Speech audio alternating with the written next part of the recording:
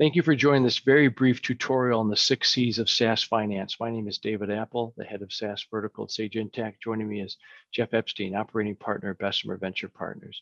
We're going to jump right into it. Jeff, would you share everybody a little bit of context, the 6 C's? Yes, David.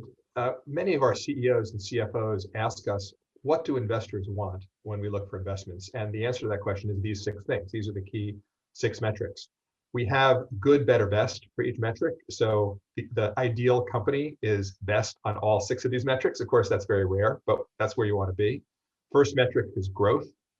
It's committed annual recurring revenue growth. Second is CAC payback, customer acquisition cost payback, in very quickly within 1 to 2 years or even less than a year. Third is customer lifetime value over CAC. We'd like to see 5x or better. 4 is churn. We'd like to see a high net renewal rate or a low net negative churn of 20% or more. So if you start with $100 of revenue, a year later you have more than $120 of revenue from that same cohort. 5th, cash flow margin, cash flow break even or positive. And 6th, cash conversion score. How much revenue do you have relative to how much capital is invested?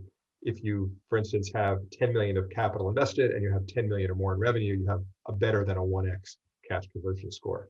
So if any companies are very high on each of these metrics, please reach out to me and Bessemer Venture Partners.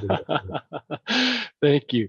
Jeff played a critical role with developing our capability in order to get here. Jeff, just a very brief blurb or your endorsement for Sage Intacct for the audience. Well, I served on the board of Sage Intacct for many years before the acquisition of Sage, and we found that it was the best accounting and analytics product for our portfolio companies. Many of Bessemer's portfolio companies are very happy customers. Thank you. And from all the interviews I've done with clients just like that, a pattern's been found for you to operationalize the metrics that Jeff just shared.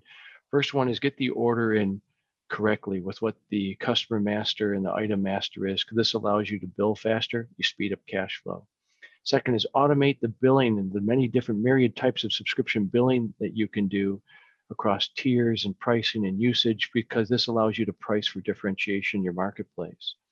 Third is allocate your revenue across 606. So if you're international, IFRS 15, across your different revenue types, but include the expenses so you can drive the churn and the CAC ratios that Jeff was just talking about, see it over the lifetime so you can drive your increased valuation.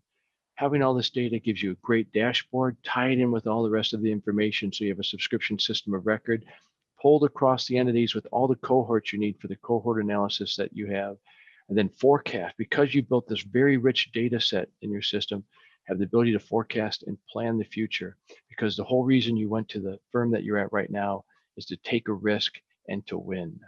There's so much more detail here. You can go deeper on each of these measures and a lot more information on how you can act in automating your business to win your market at bit.ly/easyclimb. Remember the capitalization, easy climb.